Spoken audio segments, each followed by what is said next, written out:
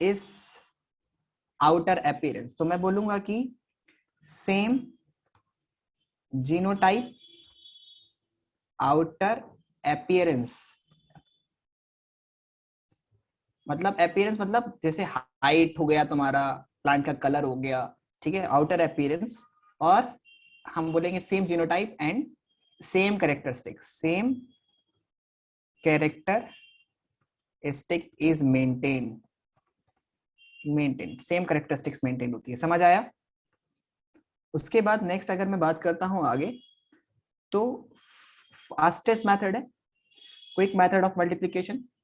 जैसे आप कर सकते हैं किससे, क्विक, एक ही प्लांट के 1000 प्लांट ग्रो करने तो बहुत टाइम लग जाएगा आपको, तो आप क्विक टिश्यू कल्चर से एकदम कर सकते हैं। क्विक मेथड ऑफ मल्टीप्लिकेशन, ज्यादा खर्चा नहीं आएगा, चीप होता है, क्योंकि आप जल्दी से छोटे, मतलब आपको बहुत टाइम लगेगा अगर एक ही प्लांट से आपको बहुत सारे प्लांट ग्रो करने। अगर आप दूसरे मेथड्स में जाएंगे तो फिर आपको बहुत टाइम लगेगा, लेकिन टिश्यू कल्चर से आप बहुत आसानी से इसको कर सकते हैं। तो टिश्यू कल्चर टेक्निक से ये चीप भी होता है और क्विक मेथड भी होता है। उसके बाद अगर मैं बात करता हूं आगे, तो हम बोल सकते हैं कि हेल्प रिमूव करने में, infection, remove, help in removing infection, help in removing common infection. जैसे कहीं पर एक प्लांट को एक जगह बीमारी हो गई, सपोज कीजिए यहाँ पर बीमारी हो गई है, ठीक है, इस पोर्शन में यहाँ पर बीमारी है, या सपोज कीजिए ये वाला पार्ट बीमार है, तो फिर आप इस वाले पार्ट से ग्रो कर लीजिए, तो आपको रिमूव, ठीक है, तो आप इजीली, मतलब कॉमन इन्फेक्शन जो होते हैं वहां से आप दूसरे प्लांट को कर सकते हैं, ठीक है। तो ये माइक्रो प्रोपगेशन से हो जाएगा,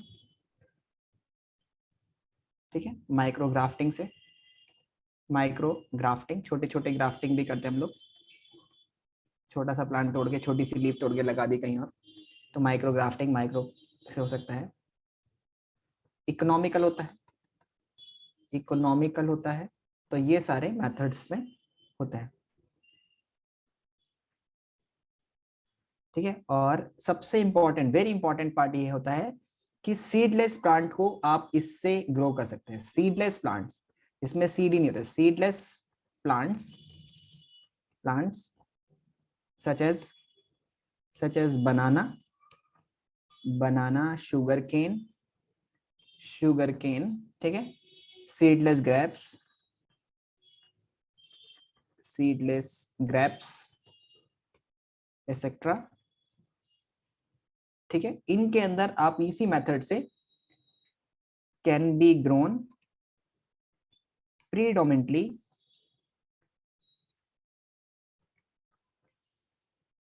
by this method। समझ आया कि आप इस मेथड से ग्रो कर सकते हैं? Got it? समझ आया? कॉपी करें सभी स्टूडेंट्स।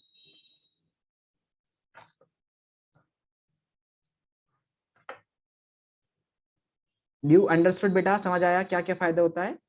Yes sir. किसी को कोई डाउट? समझ में आया अच्छे से? बोलिए। Yes sir. Yes sir. Okay, चलिए कॉपी कीजिए, 2 मिनट दे रहा हूँ, फिर उसके बाद हम लोग आगे चलते हैं।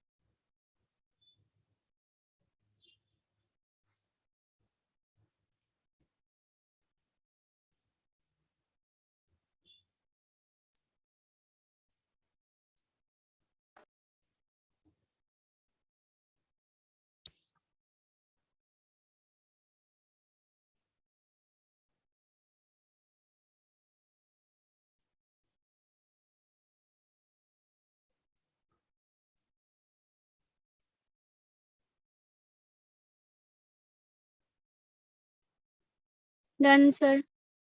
ओके सर जी। सर अगर क्लास 11 से हमको नीट की तैयारी करनी है तो किस तरह करनी पड़ेगी? क्लास 11 से नीट की तैयारी करनी है तो किस तरह करनी पड़ेगी? खूब पढ़ना होगा। सर मेरा बस ये है सर, फिजिक्स केमिस्ट्री में थोड़ी सा बाय मतलब इंटरेस्टिंग थोड़ी कम लगती है, पर हाँ जाना इसी फील्ड में चाहता हूँ मैं अब। क्यों, तुम्हें प्यार होने लग गया बायो से? नहीं सर, डर नहीं सर, कभी कभी जब थोड़ा सा मतलब इरिटेटिंग सी लगती थी कि बहुत ज्यादा डेप्थ में चले जाते हैं, और सर मेडिकल फील्ड काफी अच्छी है तो उसी में जाना चाहता हूँ, मेरी बहन भी उसी में है अभी, इसलिए। अच्छा, तो तुम्हारी बहन क्या कर रही है अभी? तो वो कार्डियक वास्कुलर में है, एक टेक में BCLT कोर्स कर रही हैं जामिया मिल्लिया से। ओके, सो एमबीबीएस करना है?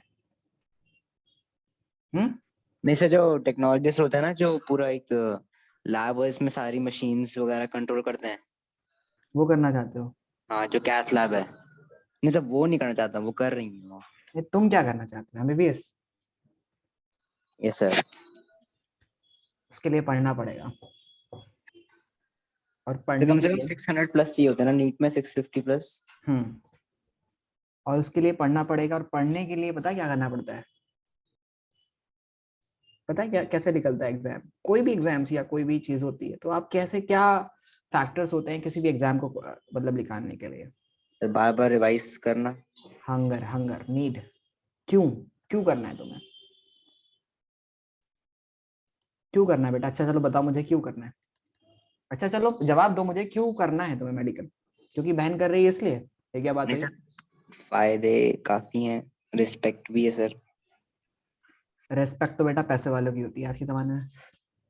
अंबानी की रेस्पेक्ट देखो कितनी ज्यादा होती है, डायरेक्ट मोदी से मिलते हैं। सर वो तो सर पैसे दे के कर रहे हैं ना सर, हम कमा लेंगे। अच्छा देखो, मेडिकल अगर करोगे तो तभी करना जब तुम पैसों के लिए नहीं, उसको एक नीड की तरह करोगे। तो मतलब मेडिकल वाकई में एक बहुत अच्छा प्रोफेशन होता है जिसमें आप हेल्प कर रहे होते हैं दूसरे ऐसे लोगों की जो बहुत बीमार हैं, और उनके लिए जब उनको अच्छा पेशेंट हो जाता है तो आपको बहुत अच्छा सा सुकून मिलता है। ये बात बहुत और अच्छी फीलिंग आती है, ये बात है। लेकिन उसके लिए ना सिंपल अगर मैं पॉइंट पे आता हूँ, तुम्हारा सवाल ये है कि किस तरह से पढ़ाई करनी होती है, तो सबसे पहले ये होता है कि आपको एक अपना सबसे पहले मतलब ये नहीं सोचना है कि 2 साल में कि 11th का कोर्स है कि ये 12th का कोर्स है। जस्ट थिंक कि अगर आपने 6 महीने 11th पूरा कंप्लीट कर दिया तो आप 12th की तैयारी करना शुरू कर दीजिए। ठीक है, 12th में आ जाइए फौरन। मतलब आपको वो 2 साल ऐसा नहीं समझना है कि अलग अलग ब्रेन जो है वो अलग अलग तरह से डिवाइड होता है। मैं ये नहीं बोलूंगा कि आप उसको ये सोचेंगे कि अभी तो मैं 11th में हूँ तो मैं 11th पे पढ़ा रहता हूँ। फटाफट से आप एक चैप्टर का एक टाइम टेबल बना लीजिए कि मुझे ये चैप्टर इतने दिन में कंप्लीट करना है, और उसके अकॉर्डिंग अपना टेस्ट सीरीज या जो भी है उसको ज्वाइन करिए, जिसमें आपको खुद से टेस्ट देना होगा ईमानदारी के साथ। बहुत सारी वेबसाइट ऐसी मिल जाती है जिसमें, या हम लोग भी कराते हैं, ठीक है, जिसमें वेबसाइट्स होती हैं जिसमें मतलब आप टेस्ट देंगे पर्टिकुलरली, या कोचिंग्स वगैरह जो भी है उसमें ज्वाइन कर लीजिए। लेकिन ये मत सोच के करिएगा कि आपको एक ही साल में कंप्लीट करना है। You have to work hard day and night. आपको एक टारगेट मिला हुआ है, 2 साल के अंदर आपको टेस्ट देना है, और इसके अंदर अगर आप 11th में है तो आप कोशिश कीजिए कि 11th 12th पूरा एक ही साल में पढ़ दें। बहुत अच्छे से मेहनत करके पढ़ें। इंस्टाग्राम फेसबुक इनसे बिल्कुल दूर रहें, जितनी हो सके उतनी जल्दी पढ़ाई करें, अपने सिलेबस को कंप्लीट करें। उसके बाद अगले साल जब 12th में आप आ जाएं तो उसके बाद आप ऑब्जेक्टिव की प्रैक्टिस करें, खूब प्रैक्टिस करें। और जितना आपने रिवीजन किया है, मतलब जितना आप पढ़ते जा रहे हैं, ये नहीं कि आप भागते जा रहे हैं पढ़ते जा रहे हैं और पीछे का भूलते जा रहे हैं। उसका एक पर्टिकुलर ऑर्डर बनाइए कि आप किस तरह से इसको रिवाइज करेंगे। रिवीजन करना एक बहुत इंपॉर्टेंट होता है। रिवीजन से ब्रेन में एक तरह से मतलब आपने जो याद किया है या आपने जो भी कुछ किया है वो पूरा मेमोराइज रहना चाहिए। ऐसे नहीं कि आप भूल गए तो कोई फायदा नहीं है पढ़ने का। तो आप उसको याद भी करते रहिए, और याद करने के साथ साथ आगे पढ़ते रहिए। ये मत सोचिए कि मेरा बहुत सारा पढ़ लिया है, मैंने बहुत हो गया, और ईगर रहिए नई नई चीजें पढ़ने के लिए। ये मत सोचिए कि आप बुकिश अप टू जहां तक आपको नॉलेज है जो भी उसमें लिखा है उसको आप खोजिए, उसमें नॉलेज गेन करने की कोशिश कीजिए जो भी लिखा हुआ है। बहुत एक्सट्रीम नहीं जाना। मैं ये बोलूंगा कि बहुत ठीक है, मतलब अच्छे से पढ़ना है, एनसीईआरटी को बहुत अच्छे से पढ़ना है, और फटाफट से पढ़ना है, स्टॉप नहीं करना है। भागते जाना है, पढ़ते जाना है, पढ़ते जाना है, पढ़ते जाना है। और जैसे ही आप उसको कंप्लीट कर लेंगे तो आपके पास कम से कम 1 साल खूब प्रैक्टिसिंग के लिए आपके पास होना चाहिए, जिसमें आप ऑब्जेक्टिव क्वेश्चंस को प्रैक्टिस करेंगे, तब आपका फर्स्ट अटेम्प्ट में हो जाएगा इंशाल्लाह। नीट में सर सेम ही सिलेबस होता है? सेम ही सिलेबस मतलब मतलब जो आपने आप 9th और 10th में 11th पढ़ा है ना, बस उसका बहुत एडवांस वर्जन होता है। सर? सर IIT जेई में तो सर फिजिक्स के क्वेश्चन टफ आते हैं ना एडवांस में। टफ कुछ नहीं होता, टफ कुछ नहीं होता। अगर टफ है तो तुम्हारे लिए भी टफ है। टफ क्या है, अगर मैं बोलूँ कि बोलिए, अगर मैं एक 5वीं क्लास के बच्चे से ये बोलूँ कि भाई ये 2x प्लस 5y का स्क्वायर, इसको ऐड करो, तो पता नहीं करके 7xy पता नहीं कुछ भी कर सकता है, लेकिन तुम बोलोगे नहीं यही आंसर, इसको ऐड नहीं कर सकते। तो यू नो द रूल्स, ठीक है। अगर मैं एक मतलब मैं बोलता हूँ, मतलब नॉर्मली मैं बोलता हूँ कि एक छोटे बच्चे से अगर मैं कैलकुलेशन करवाता हूँ, ये तुम्हें आती है, तो वो छोटा बच्चा नहीं कर पाएगा, तुम कर पाओगे, क्योंकि तुमने वो पढ़ रखा है। तो प्रैक्टिस जब करते हैं ना, तो चीजें आसान लगने लग जाती है, मुश्किल नहीं होता है कभी। और मैं बता देता हूँ कि पढ़ाई करना सबसे ज्यादा दुनिया का आसान काम है। इससे ज्यादा मुश्किल काम दुनिया का हर एक काम है। अगर एक केले वाला बेच रहा है ना केले, तो वो भी ज्यादा मुश्किल काम कर रहा है। पढ़ने से ज्यादा आसान काम दुनिया में कोई नहीं है। और ये एक लिमिट, एक एज तक हो सकता है, उसके बाद ये नहीं हो सकता। एक लिमिट होती है, एक एज होती है जिसमें आप ये काम कर सकते हो। आपके पास जिम्मेदारी नहीं है अभी, आप आराम से पेरेंट्स के ऊपर डिपेंडेंट है। आप खूब पढ़ाई कीजिए, इंस्टाग्राम, फेसबुक, इन चीज़ों से बिल्कुल दूर रहिए। मैं तो रिकमेंड ही नहीं करता किसी बच्चे के पास multimedia mobile phone. They may have the laptop. Laptop हो सकता है अपने काम को देखने के लिए, अपने किसी भी चीज़ को मतलब अगर कोई भी उनको करना है, कोई भी एग्जाम की तैयारी करनी है, इंटरनेट की जरूरत है, तो वो लैपटॉप यूज करें, ना कि mobile phone. They must have skip this android phone और this multimedia mobile phone that is having YouTube videos and another stuff. उसमें बिल्कुल भी नहीं होना चाहिए, बहुत ज्यादा वो है। और खूब अपने अच्छे से पढ़ाई करें तो आप इसको क्वालिफाई कर पाएंगे। मैंने ये बता दिया तुम्हें मंत्रा क्या है। और ये समझ लीजिए कि आपको मैं बता देता हूँ, आप जितना आप 2 साल में पढ़ेंगे ना, 2 इयर्स में, अगर आपने उसको 100% डेडिकेशन से करा, तो वो चीज आप 3 महीने में कर सकते हैं, 3 मंथ्स में। सोचो कितना फास्ट है। मतलब एक बच्चा जितना 2 साल में पढ़ता है ना नॉर्मल, उतनी स्टडी को तुम 3 महीने में भी कर सकते हो, अगर आपने ध्यान से दिन रात एक करके पढ़ाई की तो। इतना फास्ट कर सकते हो तुम अपने आप को। मतलब मैं बता रहा हूं कि 11th-12th का पूरा सिलेबस अच्छे से आप परफेक्टली आप 1 साल में कवर कर सकते हो, अगर आप ध्यान से दिन रात एक करके। ये प्री बोर्ड्स हो रहे हैं, वो हो रहे हैं, उसके लिए पढ़ना है, उसके लिए पढ़ना है, वो मत सेटअप करो भाई। अपना एम सेट करो कि मुझे 2 साल बाद एक एग्जाम देना है जिसका नाम है पीएमटी, सॉरी नीट, ठीक है। उसको मुझे क्वालिफाई करना है, बस वो आपके दिमाग में होना चाहिए। 60% you are going to score, वो आपके आ जाएंगे। तो और 11th में कोई फेल नहीं होता है, ठीक है। मतलब हो जाते हैं फेल, मैं बोलता हूँ, लेकिन जब आप ध्यान से पढ़ोगे तो फेल भी नहीं होगे। जब आपने पहले से बहुत बार रिवीजन कर रखा होगा तो नहीं होगा। तो 6 महीने में आप अपना 11th का सिलेबस कंप्लीट करें, 6 महीने में आप अपना 12th का सिलेबस कंप्लीट करें, और बाकी के 1 साल पूरा बेहतरीन करके ऑब्जेक्टिव लगाए, दबा करके एकदम 200-300 क्वेश्चन एक दिन में प्रैक्टिस करें। समझ आया? मैंने खुद ने करके देखा है, वो बता रहा हूँ। 3 महीने में आप इतना पढ़ सकते हैं जितना आप 2 साल में भी नहीं पढ़ सकते।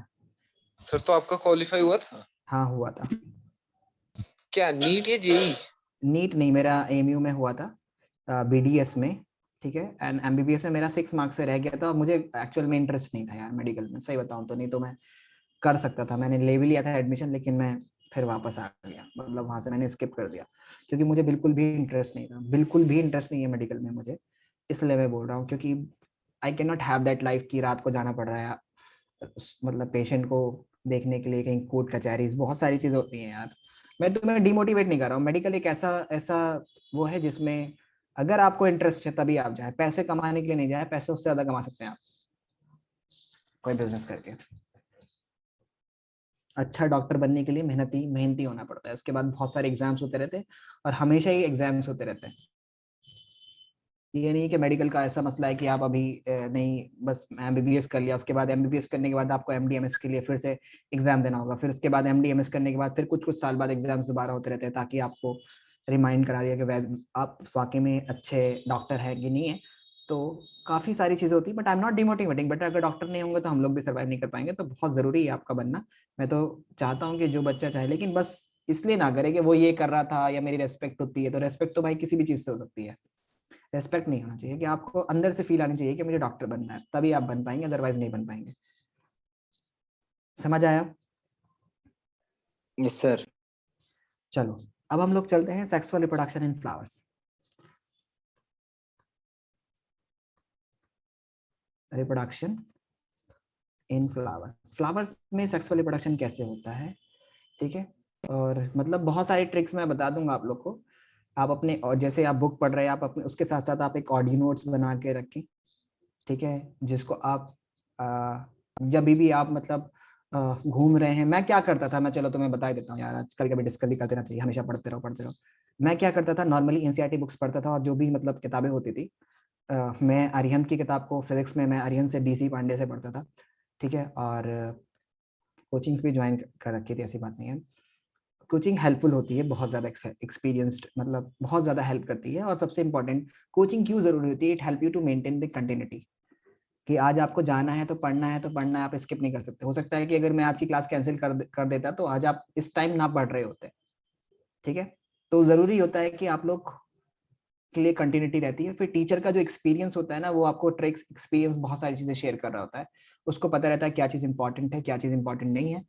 तो कोचिंग इंपॉर्टेंट होती है, मैं बोल रहा हूँ, लेकिन टाइम टेकिंग वाली कोचिंग होनी चाहिए। प्रेफर करना ऑनलाइन कोचिंग्स, ऑफलाइन को रिड्यूस कर दें, क्योंकि उसमें आने जाने में बहुत टाइम वेस्ट होता है, और बहुत ज़्यादा वो भी होती है। आजकल बहुत सेफ एनवायरनमेंट है, एंड ऑनलाइन कोचिंग ज़्यादा बेस्ट है अगर मिल जाए तो, ठीक है। दूसरा होता है तुम्हारा, जो मैं क्या करता था, मैं एनसीईआरटी बुक्स को पढ़ता था, और पेज नंबर के हिसाब से उसके नोट्स बनाया करता था, ऑडियो नोट्स, क्योंकि मुझे लिखने में थोड़ी दिक्कत होती थी, मतलब, और मैं बुक पे ही लिखता था, कॉपीज में नहीं लिखता था।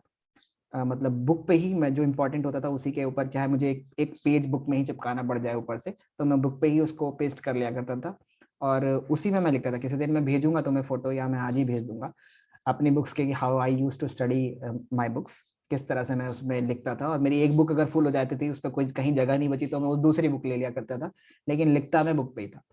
और ऑडियो नोट्स बनाया करते थे। तो ऑडियो नोट से क्या फायदा होता है कि जब तुम अपनी ही आवाज में सुनते हो ना, अपना आपको समझाते हो, तो वो चीजें याद हो जाती हैं, वो चीजें याद हो जाती है। Rather than listening the voice of other person, आप अपनी आवाज कभी सुन के देखना, एक तो सुकून मिलता है, और फिर अपने आप को तुम एक्सप्लेन कर रहे होते हो, ठीक है। तो ऑडियो नोट्स बनाया करता था, पेज, ये वाले पेज से मतलब इस वाले पेज तक, जहां भी मैंने पढ़ा उसमें जो जो इंपॉर्टेंट हुआ कि ये पार्टी है, ये पार्टी है, ये पार्टी है, उसके ऑडियो नोट्स बना दिए। और उस ऑडियो नोट्स में पर्टिकुलर डेट लिख दिया करता था। उसका लिखने का तरीका ऐसा होता था कि पहले पेज नंबर होता था, कि इस पेज से इस पेज तक, मतलब टॉपिक, चैप्टर, फिर पेज, फिर उसके बाद उसकी डेट, कब डेट होती है, और डेट के बाद कि ये मैंने इतने दिन पहले, आज मतलब ये तारीख है इसकी, उसके बाद मुझे कौन सी डेट वाला रिवाइज करना है। तो इस तरह से मैं उसको रिवीजन में भी हेल्प करता था, कि रिवीजन में मुझे आज ये वाला टॉपिक पढ़ा है। और एक अलग से मैं कॉपी बनाया करता था, जिसमें मैं डेली लिखता था कि मैंने आज कौन सी तारीख को मैंने क्या टॉपिक पढ़ा है, और उसका रिवीजन कब करना है मुझे।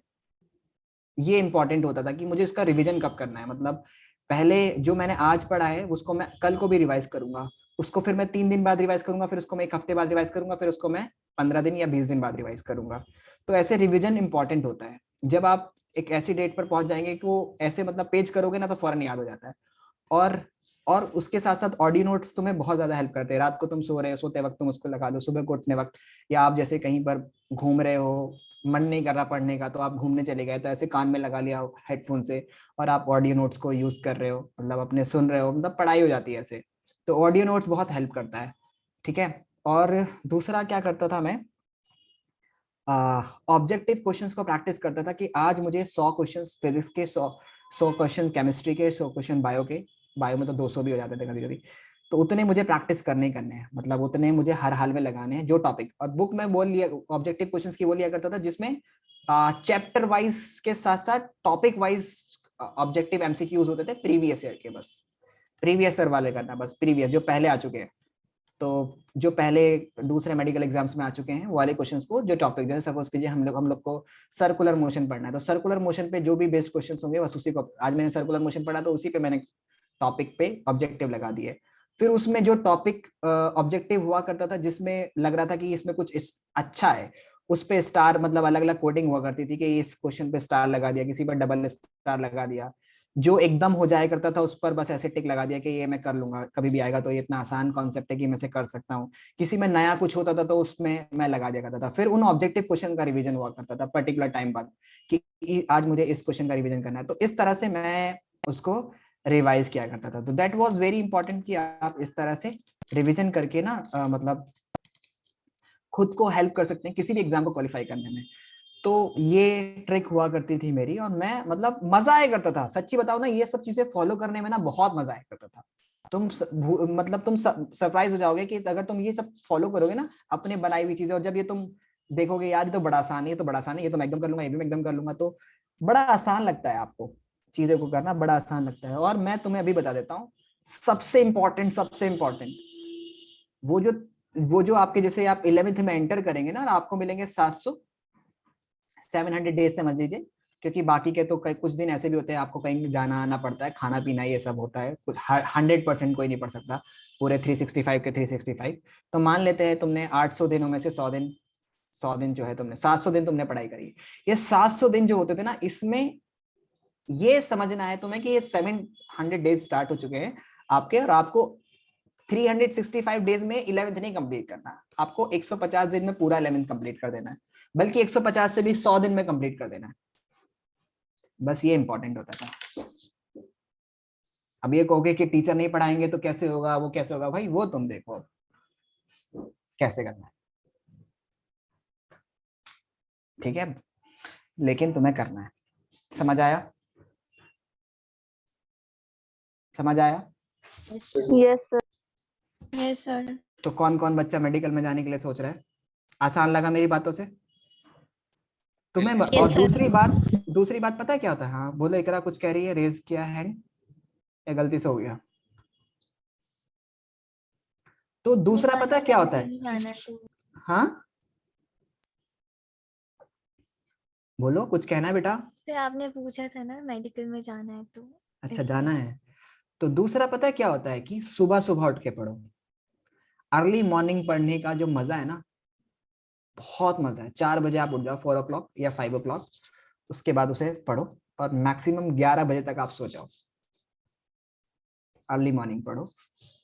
मेरी एक रूटीन थी कि मैं सुबह सुबह ब्रेकफास्ट नहीं करता था, और नॉर्मली मैं मतलब ब्रेकफास्ट ना करके मुझे बिना मुंह धुले मतलब मुझे कॉपी चाहिए होती, किताबें चाहिए होती थी पढ़ने के लिए।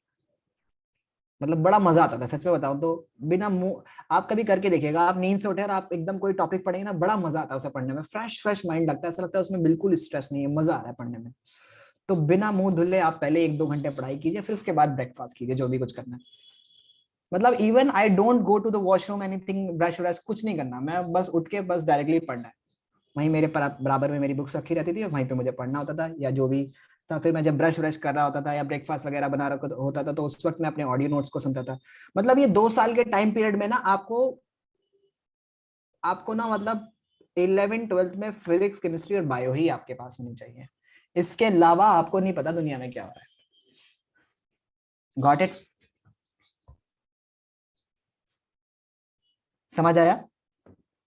चलो Yes. चलिए अब आगे हम लोग चलते हैं सर जी। सर मतलब नंबर सर अच्छे आ सकते हैं सर, अपनी स्किल को कैसे इम्प्रूव करेंगे फिर? बेटा स्किल कैसे नहीं इंप्रूव होगी आपकी? आप करके देखिए, स्किल कैसे नहीं इंप्रूव होगी आपकी, मुझे बताइए आप। अगर तो मतलब आप जैसे कभी कभी ऐसा भी होता है कि सर स्किल होती है बट नंबर उतने अच्छे आ नहीं पाते कभी। आपने कभी करके देखा है ये पढ़ाई? No sir. स्किल्स होती है आर्ट ऑफ राइटिंग, मैं बोल सकता हूँ कि आपको बहुत अच्छे से नहीं आ रहा लिखना, ठीक है, तो उसमें तो या समझ में नहीं आ रहा कि क्वेश्चन में क्या पूछा गया है, तो वो पता है कैसे होता है, क्योंकि आपका बेस बहुत ज्यादा स्ट्रांग नहीं है, तो उसके लिए भी आपको मेहनत करनी होती है, पढ़ना पड़ता है, मतलब आपको पढ़ना है बस। The more you study the more you gain. तो एक बार करके देखिए, कसम से कह रहा हूं मैं बच्चों, बहुत मजा आएगा, बहुत मजा आएगा। एक बार आप अपना सेट करके देखिए टाइम टेबल को, अपने आप को डिसिप्लिन में लाइए। पहले तो कितना भी टाइम वेस्ट नहीं करना, टाइम बहुत प्रीशियस है, और उसके हिसाब से अगर आप अपने आप को एडजस्ट करेंगे तो कसम से कह रहा हूँ you will going to score. एक दिन वो आएगा पता है, जब आप घर में जाया करेंगे किसी के यहाँ पे, तो बोलेंगे ये बच्ची इकरा जो है, ये बच्ची इल्मा जो है वो MBBS कर रही है, वो उस वाली यूनिवर्सिटी से, वहां से। सो अलग ही मतलब रैप होता है भाई, अलग ही मतलब क्या बताता हूँ मतलब अलग ही लेवल होता है। सो क्योंकि हर कोई नहीं, हर कोई मतलब पूरे, मुझे लगता है पूरे खानदान में 2-4 ही बच्चे होते हैं जो मेडिकल कर रहे होते हैं, बाकी सब तो बहुत रेयर ऑफ रेयरेस्ट होते हैं जो किसी गवर्नमेंट कॉलेज से कर रहे होते हैं। चलो अब हम बात करते हैं sexual reproduction in flower. Flowers में जो रिप्रोडक्शन होता है वो एक्चुअल में अगर मैं बोलूँ तो सेक्सुअल रिप्रोडक्शन का होगा कि मतलब मेल और फीमेल गैमेटोफाइट आपको चाहिए होगा। तो जब मेल मतलब मेल और फीमेल रिप्रोडक्टिव ऑर्गन चाहिए फ्लावर्स में, तो फ्लावर भी दो तरह के होते हैं। एक तो होता है बाइसेक्सुअल फ्लावर, बाइसेक्सुअल फ्लावर जिसको हम लोग कंप्लीट फ्लावर भी बोलते हैं, फ्लावर, ठीक है। एक होता है यूनिसेक्सुअल, यूनी फ्लावर, ठीक है। जो बाइसेक्सुअल फ्लावर होता है उसको हम लोग हर्मोप्रोडाइट भी बोलते हैं, ठीक है,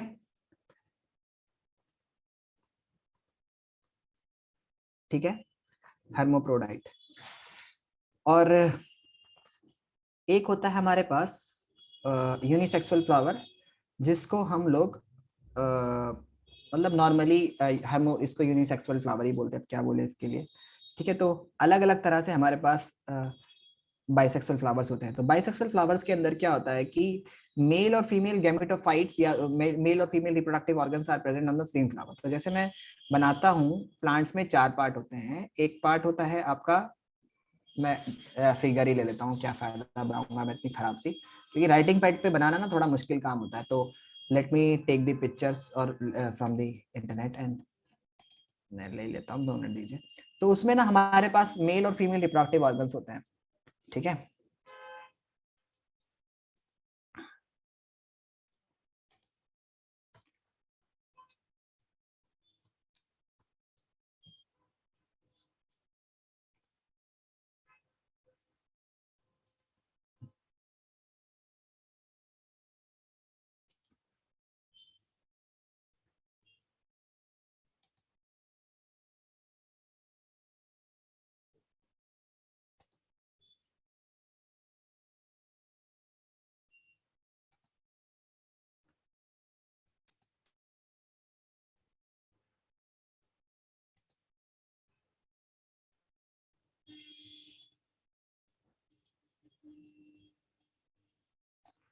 सो जैसे हमारे पास यहाँ पर ये फ्लावर है, तो अगर आप इसको ध्यान से देखेंगे तो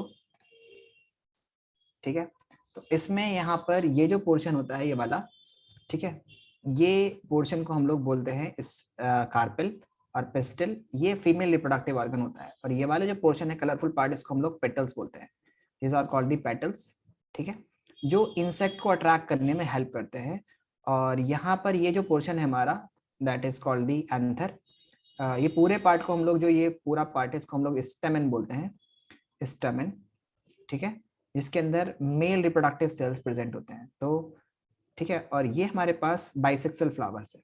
तो अगर मैं इसको थोड़ा सा बना देता हूँ कि ये पार्ट जिसको हम लोग, ये वाला जो बीच वाला पार्ट होता है इसको हम लोग थैलेमस बोलते हैं, थैलेमस। और ये वाला जो पार्ट होता है, ये वाला पार्ट जिसको हम लोग सेपल्स बोलते हैं। सेपल्स के अंदर प्लांट्स की जो इनिशियल फ्लावर होता है वो एनक्लोज रहता है, बंद रहता है। और अगर मैं बात करूँ तो जो पेटल्स होते हैं, colourful part, these are the petals. जो पेटल्स होते हैं ये हेल्प करते हैं बेटा आपको किसमें,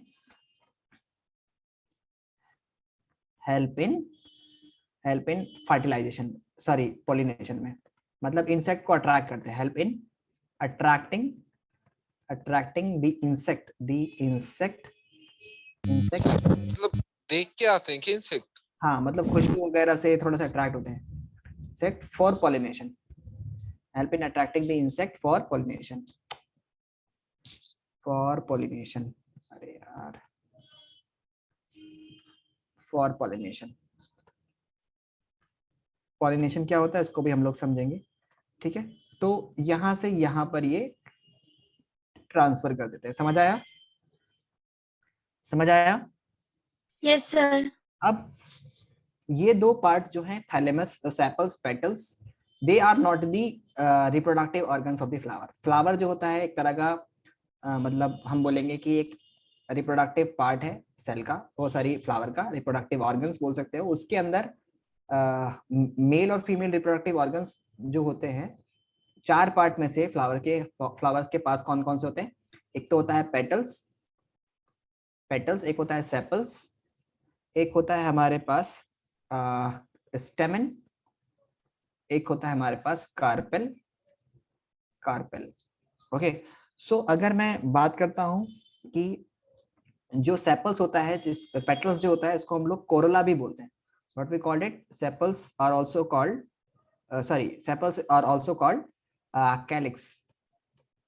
कैलिक्स भी बोलते हैं। पेटल्स को हम लोग कोरोला बोलते हैं, कोरोला, ठीक है। स्टेमन को हम लोग एंड्रोशियम भी बोलते हैं। What we called it, stamen, androecium,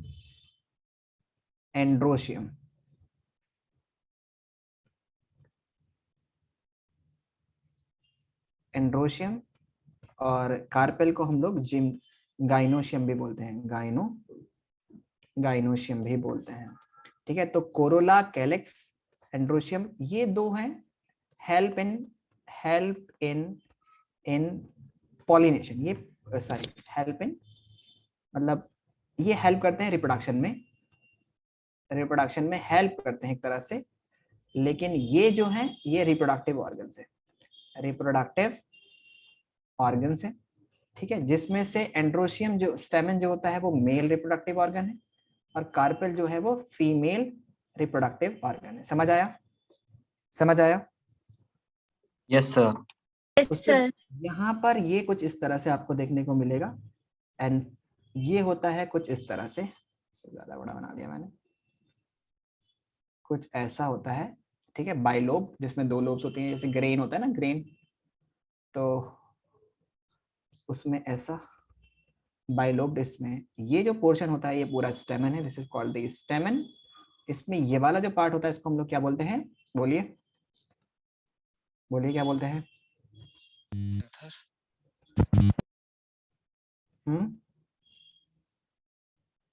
इसको हम लोग बोलते हैं, और इस वाले पार्ट को हम लोग बोलते हैं फिलामेंट। क्या बोलते हैं इसको हम लोग? फिलामेंट। तो anther plus filament gives you स्टेमन, जिसको हम लोग एंड्रोशियम बोलते हैं। समझ आया? ठीक है, समझ आया? Yes, sir. उसके बाद नीचे अगर मैं बात करता हूं तो यहाँ पर हमारे पास होता है, अगर मैं कुछ इस तरह से बना दूं,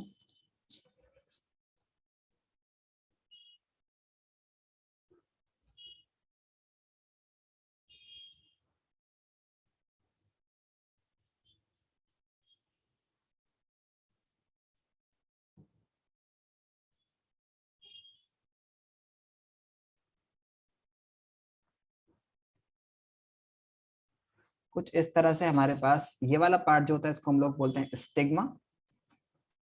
स्टिग्मा। यहां से यहां तक का पार्ट स्टाइल, और ये वाला जो पार्ट होता है this is called the ovary, ठीक है। अब this togetherly is called carpel और पिस्टिल। इसको हम लोग कार्पेल और पिस्टिल, या फिर हम इसको गाइनोशियम भी बोलते हैं, गाइनोशियम। समझ आया? और इस ओवरी के अंदर होता है बेटा एक छोटा सा, एक important reproductive part, that is called the ovule, ठीक है। एक छोटा सा पार्ट होता है इस ओवरी में, ठीक है।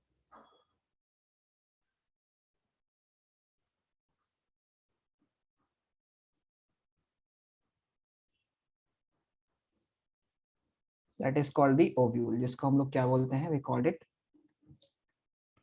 ओव्यूल। समझ आया? Yes sir. You got it? तो stigma, style and ovary are the 3 part. तो मैं लिख दूं यहाँ पर कि stigma plus style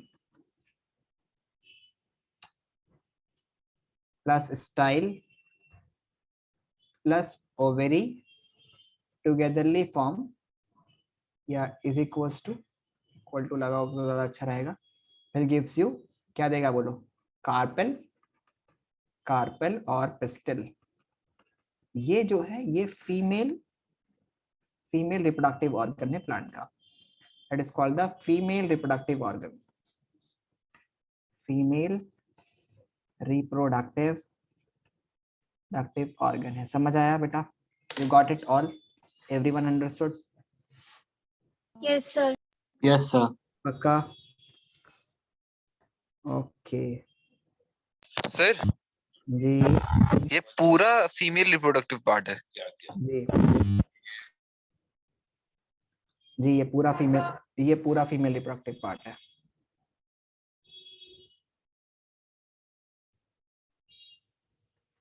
got it? ठीक है. उसके बाद अब कैसे होता है इसमें, ये हम लोग पढ़ेंगे पॉलिनेशंस और various step that will going to study in the next class. तो आज के लिए हम लोग इतना ही रख देते हैं. ठीक है. So please keep practising these. Okay, अगली क्लास में हम लोग इसको मिलते हैं. ओके चलिए. Thank you sir. ओके बेटा, थैंक यू.